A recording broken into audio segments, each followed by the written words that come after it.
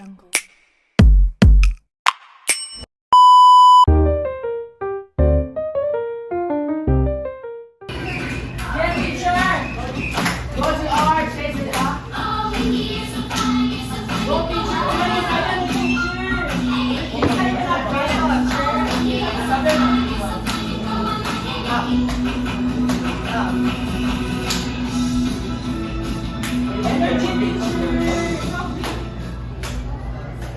Alright, so hello class, good afternoon. Okay, so before anything else, can you please arrange yourselves? Like the first row, the second row, the third row, and the fourth row. Okay. Alright.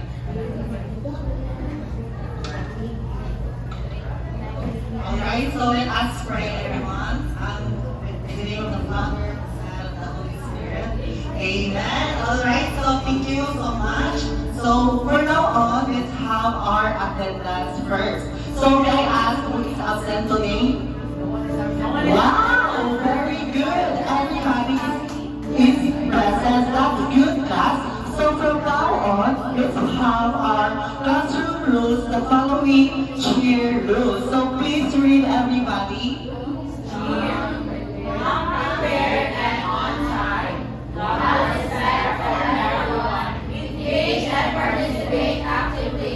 Encourage one another, represent positivity and discipline. Alright, so very good. So next slide, please. Alright, so to make you energized, let's have an activity first. So are you ready, everyone? Yes, teacher. Yes, if you are ready, clap once, clap twice, and clap thrice. There you go. Okay, so our activity today is all about the cheer charades, emotion or in emotion. So how are you? How are you here? Familiar about the charades? Yes, very good. I know that all students here are familiar with the game charades, right? Yeah. So next slide, please. All right. So the mechanics of the game is, please read everyone. The game consists of 4 rounds, with each group having 2 turns as actors and 2 turns as guessers. For each turn, one student from the acting team draws strips of paper without written in. The team gets 10 seconds to silently plan their movement-based skit. They should decide how to express the word using sheer emotions only, no talking or pointing. The team performs the action in front of the class. The performance must last no longer than 10 seconds. The guessing team has 5 seconds to guess the correct word or phrase. After a guess is made or time runs out, each team rolls for the next round. All right. So do you get it, class? Yes, Do you teacher. have any clarification, questions, and everything? Okay. So very good. So I will be dividing class into 2 groups. So this will be the group 1, and this will be the group 2. So group 1 starting from Hannah to Rimata to the right, and from starting to Miss Perez to Armamento to the left. Ready? Everyone, please clap once, clap twice. All right. So please follow our classroom rules. Very good. So I have some 2 representatives for each group. Yes. We have Digamo teacher. Mr. Digamo. Alright, so. Wait. I will repeat the instruction. So the group 1 will act as the acting guest, and the group 2 will answer. Alright, get it? Okay. Now let's count it into 4 seconds. 4, 3, 2, go!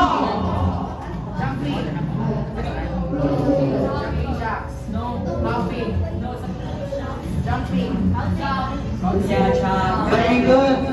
Go, teacher. 10, 9, 8, 7, 6, 5, 4, yes, go, teacher.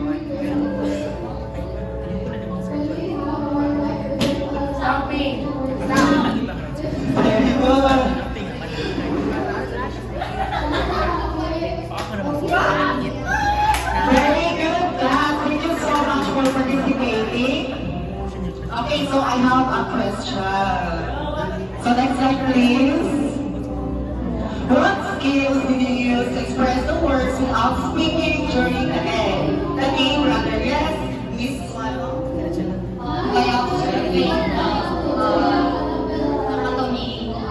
I think their body movement and their facial expression. Yes, indeed. The body movement and the facial expression is indeed correct. Because we need to express the word without speaking. And then, next, the second question we have, how did the word affect the way your group perform the cheer actions? Yes, can I have Miss Renata?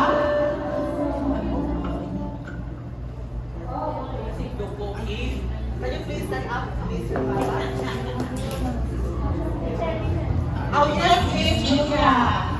I think that we were expression because it coordinated with moves and timing. Yes, very good. We force coordinate, it affects the performance because it coordinates the coordination and the timing itself.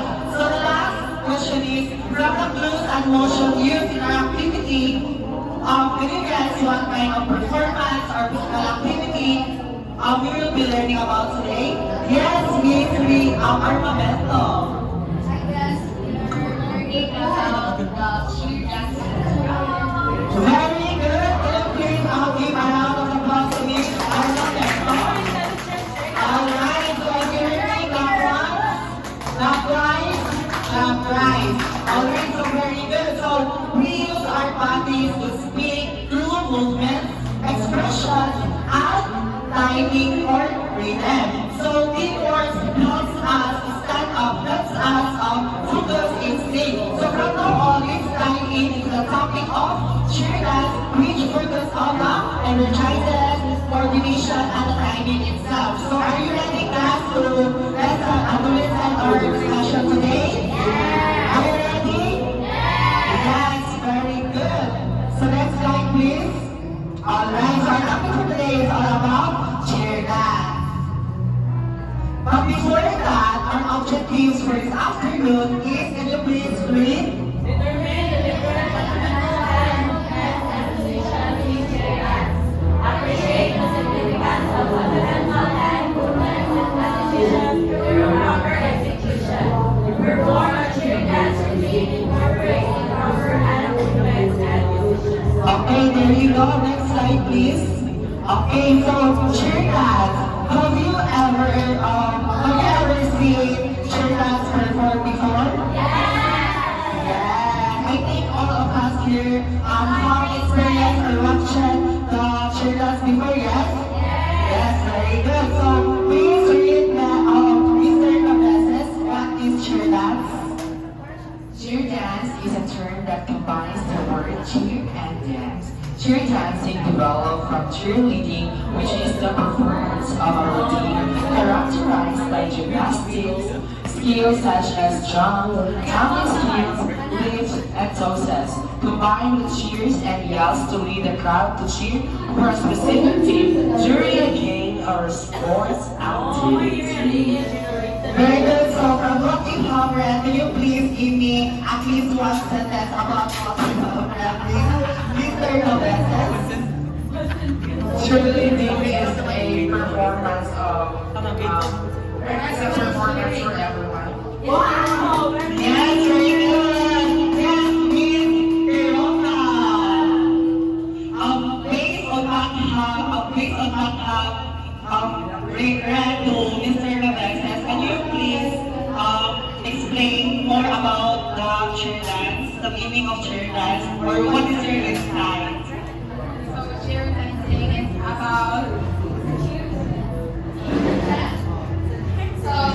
dancing is about a group dance which intro ang mga dancers or kasama sila ilana ang mga skills na makita sa cheer dance.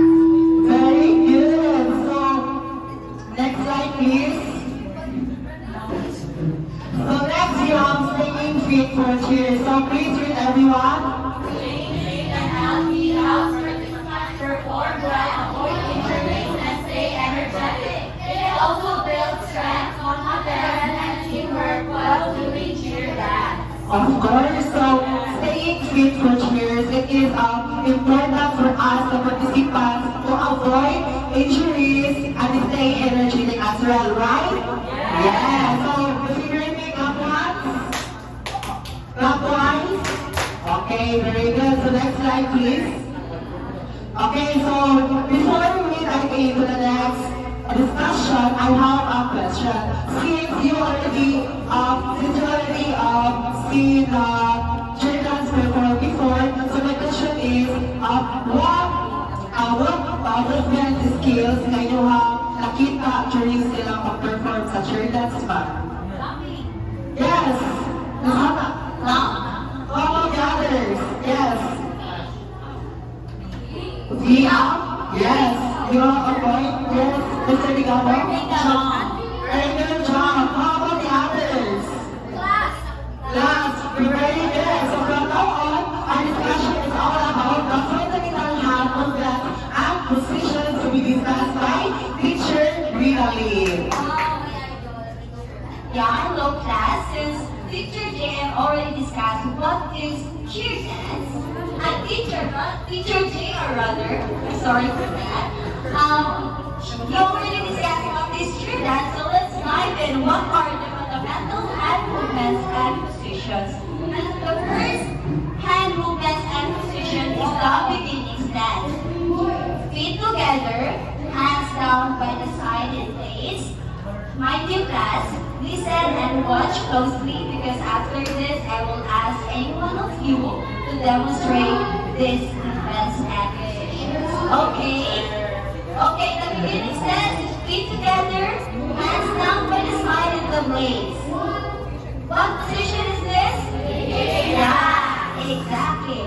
The next one is the cheer stance. Feet more than one shoulder width apart, hands down by the side of the blades. So this is how. What position is this? Yes. And the next one is the claps. Hand close at the chin and elbows in. And the next one is clap. Arms bent with hands meeting together in front of the chest. What position is this? Yeah, very good. And the next one is touchdown. Are you familiar with touchdown? Touchdown. Arms parallel and straight, reaching up and vertically above the shoulders. So this is how. What is this? Yeah, touchdown. Very good. And the next one is the low touchdown. Arms reaching downward. It's similar to touchdown, but from the word low. So low, yeah, downward. Vertically below the shoulders. And the next one is the tabletop. Arms down at side with elbows bent and hands in front of the chest. What position is this? Tabletop. Yeah, tabletop. And the next one is high V. This is what Miss Asia said earlier. The V, but she used V, but it's high V. V up, okay. It's high V. Wherein the arms extended forming a V and just relax your shoulder. And the next one is the low V, the last position and low V. Are you familiar with low? Yes. Let's see. Yeah, from the word low, arms straight down, reaching diagonal and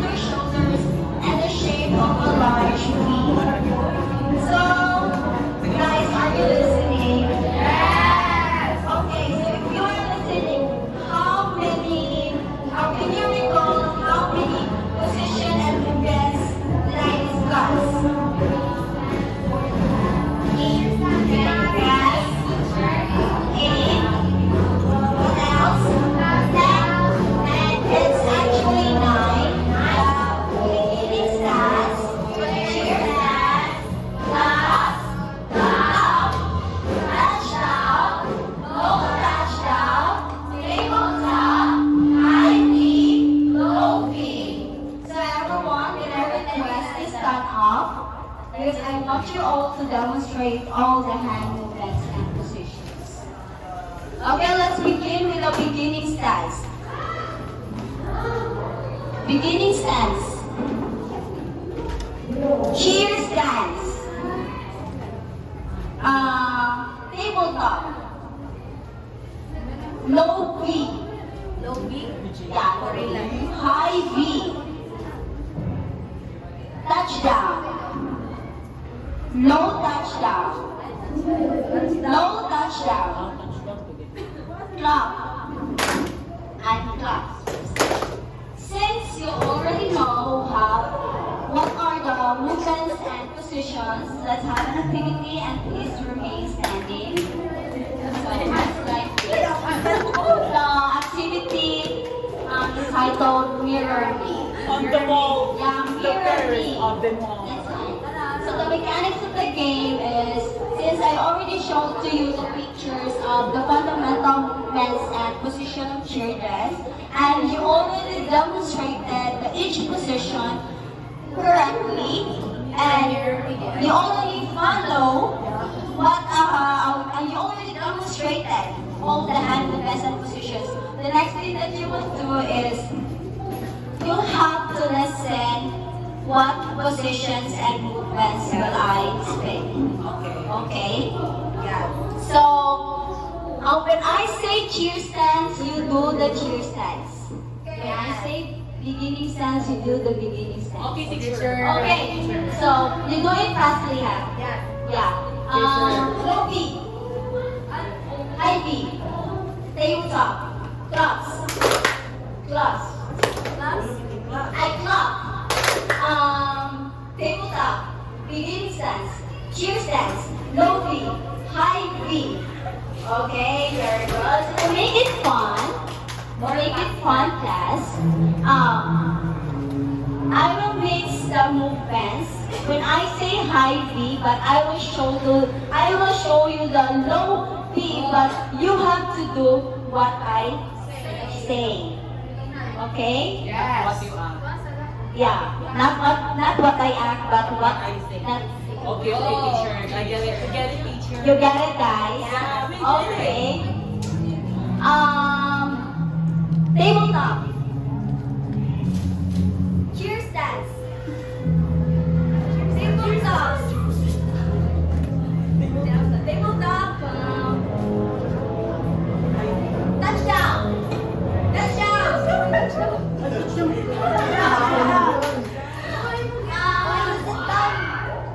Low V. High V. Okay. That's it. Yeah. The confusion ko. No challenge. The next activity will be more challenging. Yeah, you love to be challenged? Let's wait for the next activity. Okay, I'm waiting, teacher. Okay, thank you, the class. So please sit down. Okay, that's it, teacher. No. Yes, please. No. Zero. How do you feel the activity, or how do you feel the movements that you demonstrated? Really good.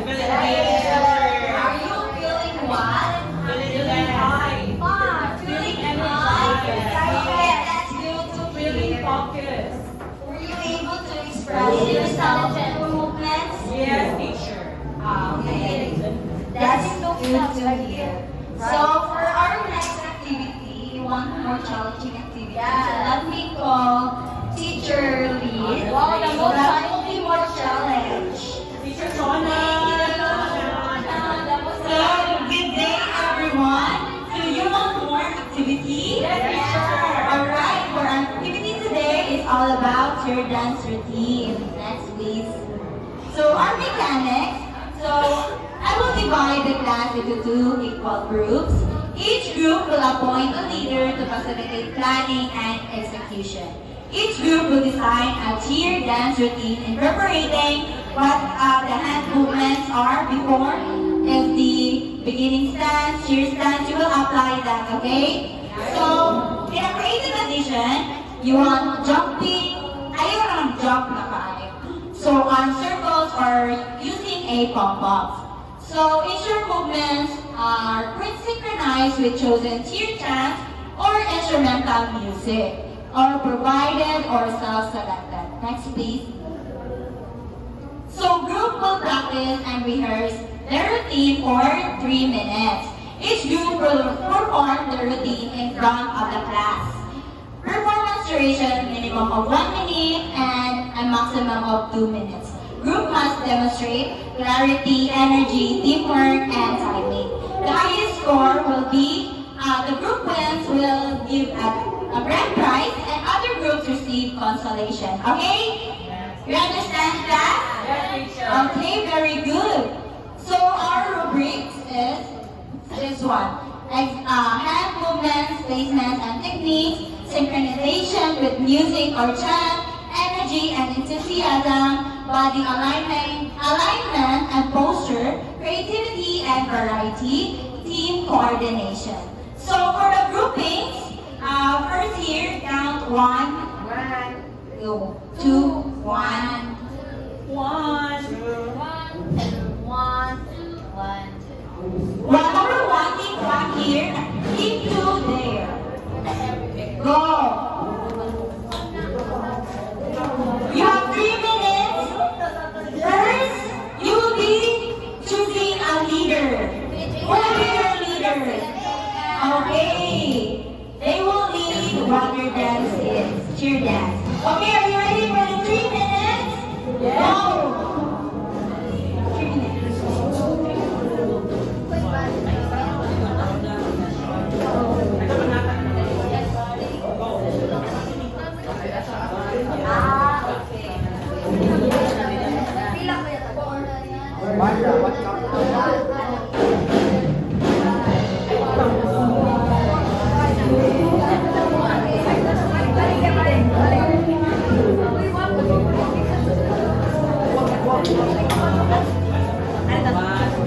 You have 2 minutes and 17 seconds.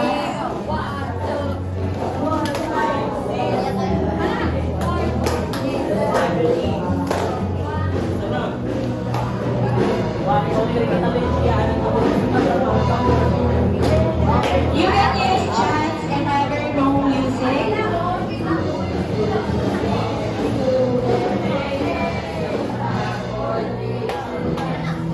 1 minute and 30 seconds.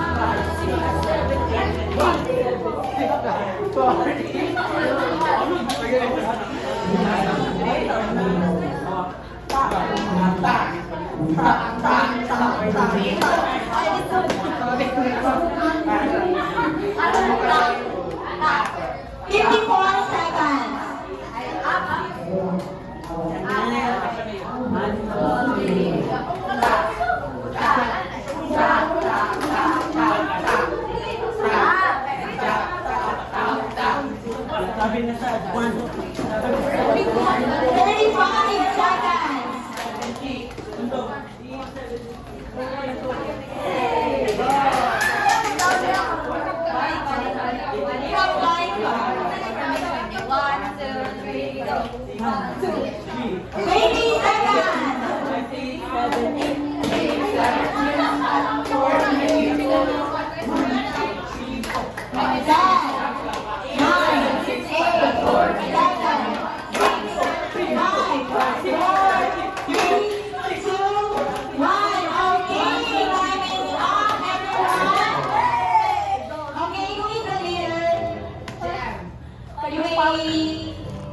Make Bato-Bato Peak, who will be performing first. Go! The one who wins will perform last, or the group that will win. Yes. The one who lose will perform first. Yeah, we know. Who will first one? Team 2. Yeah, okay. Team 2 Saan kami, here. mag-face? Dito or doon? Don. Okay. Team 1, sit down, please. So dito ako. Team 2, in front.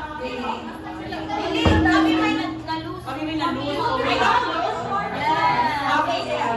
We're excited, teacher. Yeah, okay. Music teacher with the music. Where's your music? Oh, my Here. Okay, are you ready? Asa, where you are, no bell? Ay, asa man din yung makatubang, teacher? Ano naman yun? Here. The camera should be there. Yes. Tuyok pa talaga ako. Okay, team 2, sit down, please. Here on the side. Side. Okay, are you ready? Team 1. Jang. Okay, team 2 at the side, please. Watch the team 1 first. Watch us. Sorry guys, liho kayo. 3, 2, 4, 3, 7. Wow, Mickey, you fire, you better than Mickey. Hey, hey, hey, Mickey. Hey, hey. Oh, Mickey, you survive, you survive, Mickey. Hey, hey, hey, Mickey. Mickey, oh, Mickey, you survive, you survive, Mickey. Hey, hey, hey, oh, Mickey, you survive, you survive. Hey, Mickey, hey, hey, hey. Alright, thank you. Okay, thank you, team 1. Okay, next is team 2. Ay, ka-pressure camera to. Kami. Okay, are you ready, team 2? That one, are you ready? That one, are you ready? Go, team 2. Alright. You want us to sing for you? Ready? Go! Hoy, bayad ka ba?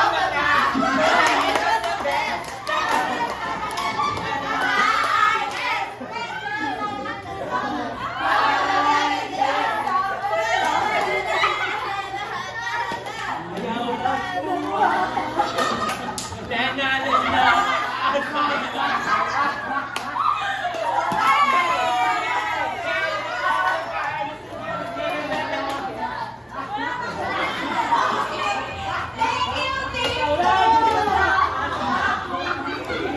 Okay, settle down. Okay, everyone, sit down here. In front of me, sit down here. Okay, our judges for today is Miss. Okay,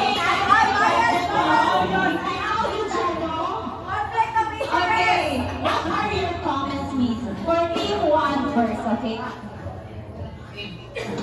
Ang comment sa team 1 is very synchronized. Memorized ang step.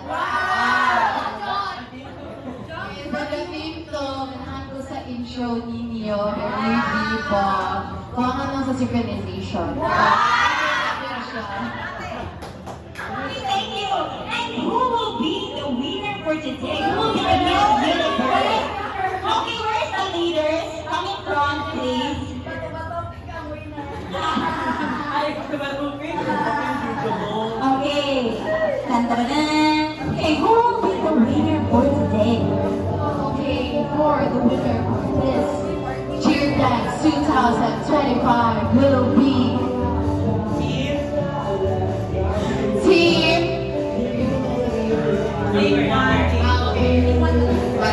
The winner of the Cheer Dance 2025 is Team 1.